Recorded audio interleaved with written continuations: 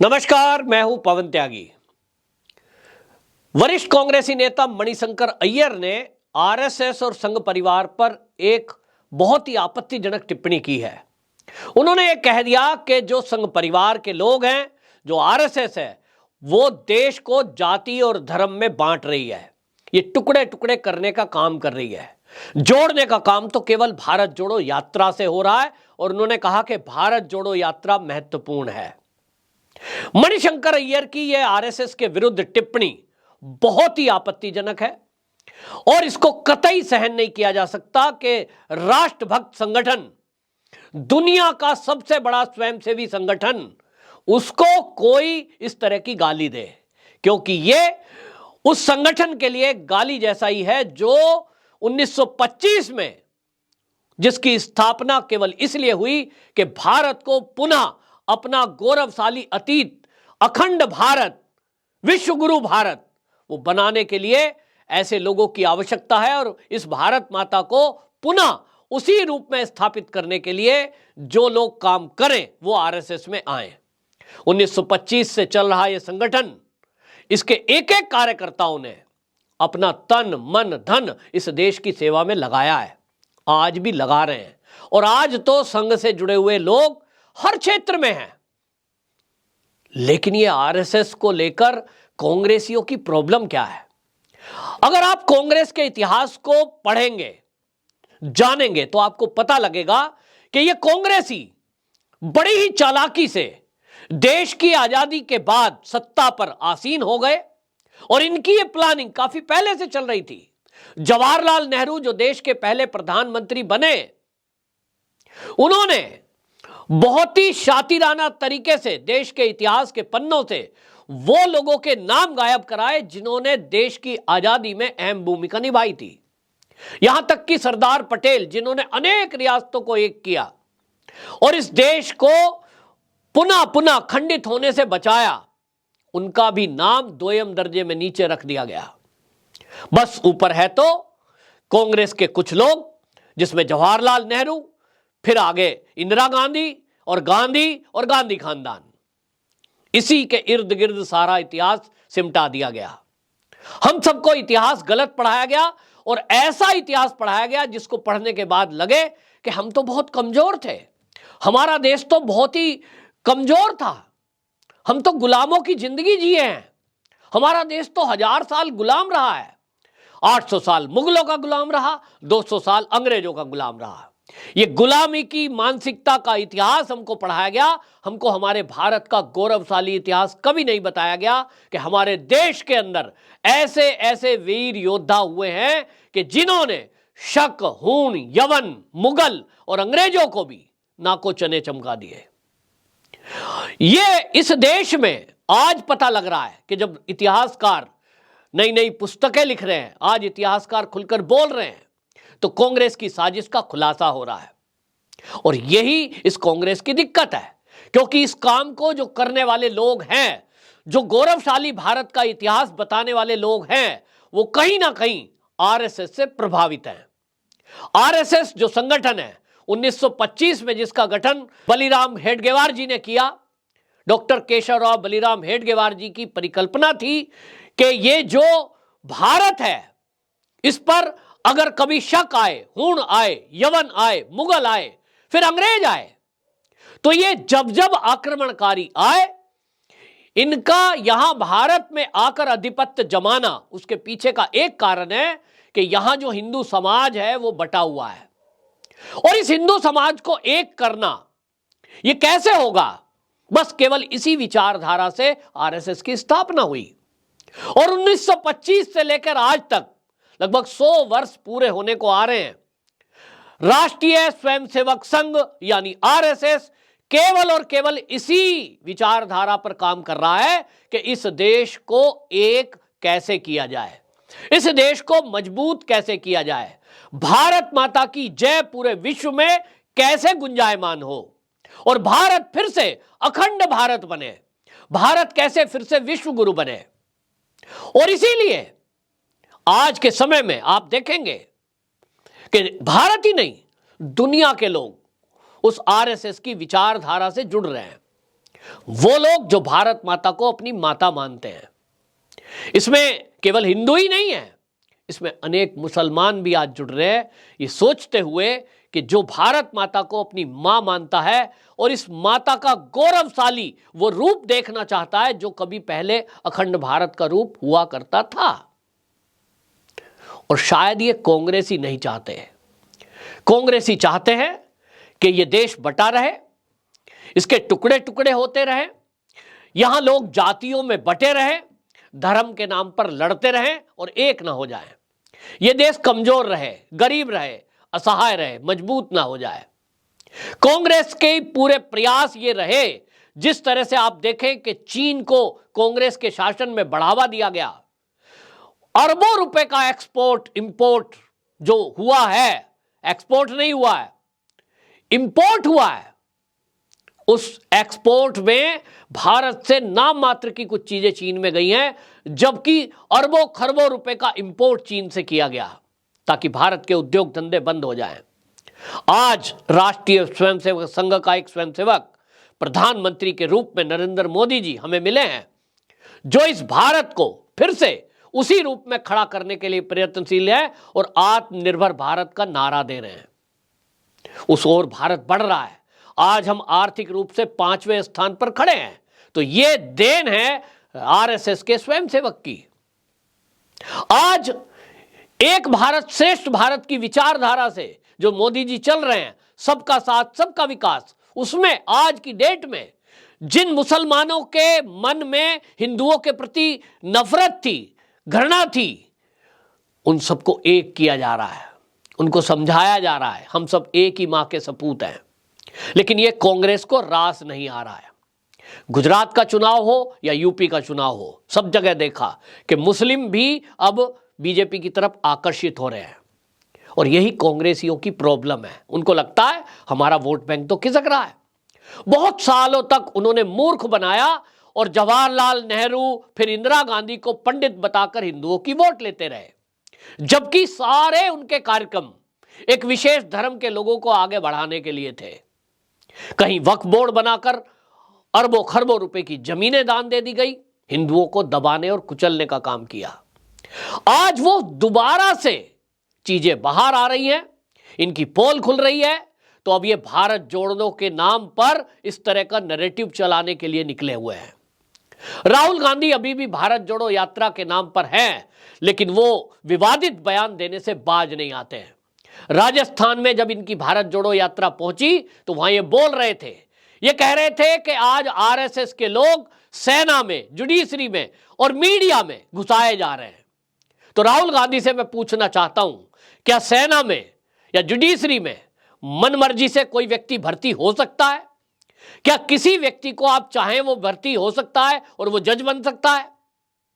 अगर राहुल गांधी जी आपकी विचारधारा है कि ऐसा हो सकता है, तो इसका मतलब तो यह भी है कि आपने 65 साल इस देश पर शासन किया, तो 65 साल में तो कांग्रेस ने बहुत सारे कांग्रेसियों को जुडिशरी में, मीडिया में और सेना में भर्ती करा दिया होगा। अगर राहुल गांधी जी वहां पारदर्शी भर्ती अभियान नहीं है, आप कहते हैं कि आज आरएसएस के लोगों को वहां घुसाया जा रहा है, तो इसका मतलब कांग्रेसियों ने कांग्रेसियों को घुसा दिया होगा। इसका जवाब दे राहुल गांधी।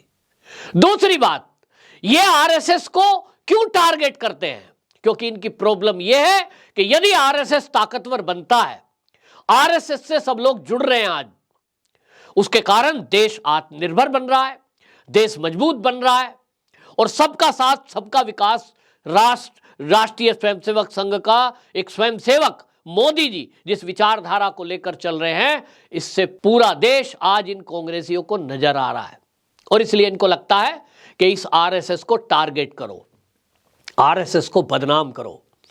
जिस राष्ट्रीय स्वयंसेवक संघ की स्थापना सन 1925 में डॉक्टर केशवराव बलिराम हेडगेवार जी ने इसलिए की थी कि भारत को पुनः विश्व गुरु कैसे बनाया जाए, हिंदू राष्ट्र कैसे घोषित किया जाए, इसको अखंड भारत कैसे बनाया जाए और ये जो जातियों में बटा हुआ हिंदू है इसको एक कैसे किया जाए, इसको ताकतवर कैसे बनाया जाए। इसीलिए संघ की स्थापना हुई थी। और उसके बाद से संघ जिस काम को करने के लिए उतरा, तन मन धन न्योछावर करके करोड़ों संघ के कार्यकर्ताओं ने अपने खून से इसको सींचा है, इस संगठन को, और इसको खड़ा किया है। तो आज इन कांग्रेसियों को भय लग रहा है कि जितना इनका षड्यंत्र था, जो नैरेटिव चलाने के लिए इन्होंने कोशिशें की, आज उनकी पोल खुल रही है। और इसलिए संघ से ये कांग्रेसी भयभीत हैं। और इसलिए इनको एक ही बात समझ में आती है कि किसी तरह इस आरएसएस को टारगेट करें, इसके ऊपर हमला करें और आरएसएस को इतना बदनाम करें कि आरएसएस से कोई जुड़ने का सोचे ही नहीं। ये नफरत कितनी भी फैलाएं, लेकिन आज आरएसएस क्या है ये किसी से छुपा नहीं है। कहीं ना कहीं शहरों में, गली मोहल्ले में संघ की शाखाएं लगती है। कोई भी व्यक्ति खुलेआम जाकर देख सकता है वहां क्या हो रहा है। वहां कबड्डी हो रही है, वहां योग हो रहा है और सब मिलकर के कर रहे हैं। वहां सहभोज हो रहा है, कोई पता नहीं है कि कौन किस जाति का है, सब मिलकर भोज कर रहे हैं। और आज जहां जहां जिस संगठन में संघ का स्वयंसेवक है, वो मजबूती से, पूरी ईमानदारी से, पूरी निष्ठा से उस काम को करने में लगा है।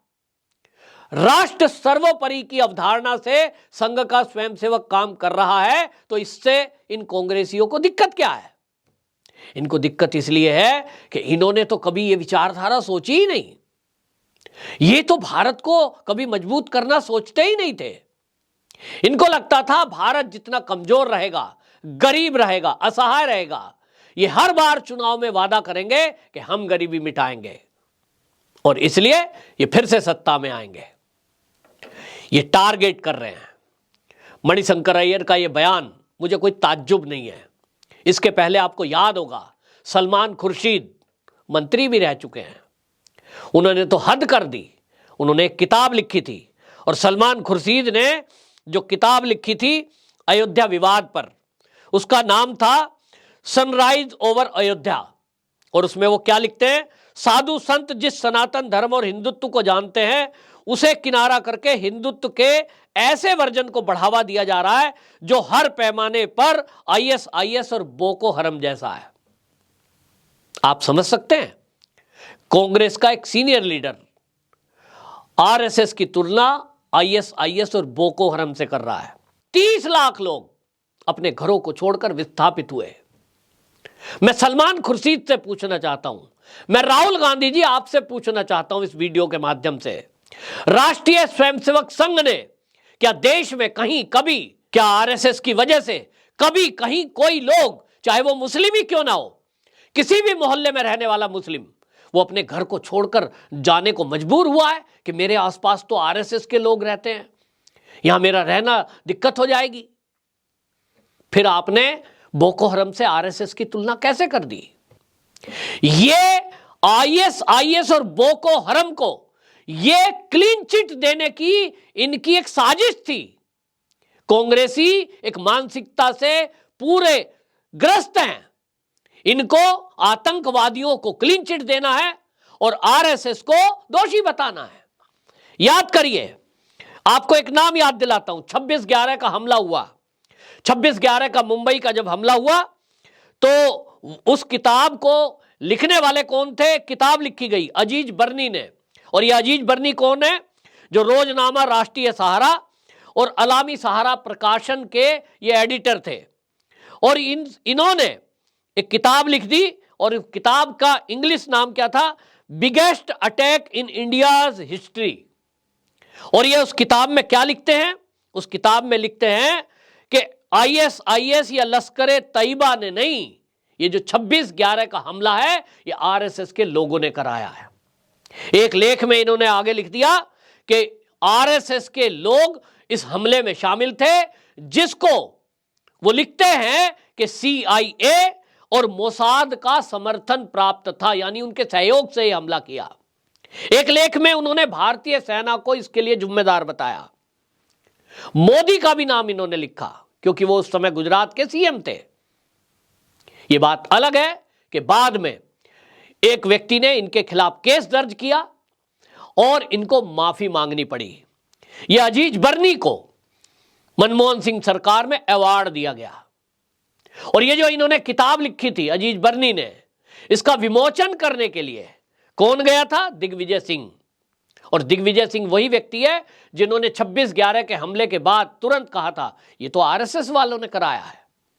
वो तो अजमल कसाब अगर जिंदा नहीं पकड़ा जाता तो निश्चित जानिए कि ये किताब, ये दिग्विजय सिंह और इनकी पूरी प्लानिंग थी कि आरएसएस को जिम्मेदार बता दिया जाए और लश्कर-ए-तैयबा, आईएसआई को बिल्कुल छुट्टी, उनको क्लीन चिट दे दी जाए। इतना बड़ा षड्यंत्र इन कांग्रेसियों ने रचा। और जो इस तरह की किताब लिखते हैं उनको पुरस्कृत करके ये बताया कि तुम ऐसी किताब और लिखो, हम तुम्हें और इनाम देंगे। विदेश यात्राएं कराई इस अर्जी को। ये जो अजीज बर्नी है, ये है कांग्रेस का असली चेहरा, जो ये इस तरह की साजिश करते हैं कि आतंकवादियों को क्लीन चिट और देश की और दुनिया की सबसे बड़ी संगठन स्वयंसेवी संस्था आरएसएस, जो देश के लिए काम करती है, जहां पढ़े लिखे बड़ी बड़ी डिग्रियां प्राप्त ऐसे लोगों ने अपने घर के लिए, परिवार के लिए कुछ नहीं, देश के लिए मर मिटने की सौगंध ली है, भारत माता की जय करने की सौगंध ली है। उसको बदनाम करने की साजिश ये कांग्रेसी कर रहे हैं। निश्चित जानिए कि ये बार बार माफी भी मांगते हैं, लेकिन उसके बाद भी अपनी हरकतों से बाज नहीं आते। राहुल गांधी और इनकी पार्टी को लगता है कि बार बार इस तरह का अटैक करने से कोई लोग तो ये सोचेंगे ही कि हाँ, आरएसएस शायद ऐसा ही है। लेकिन अब देश जागृत है।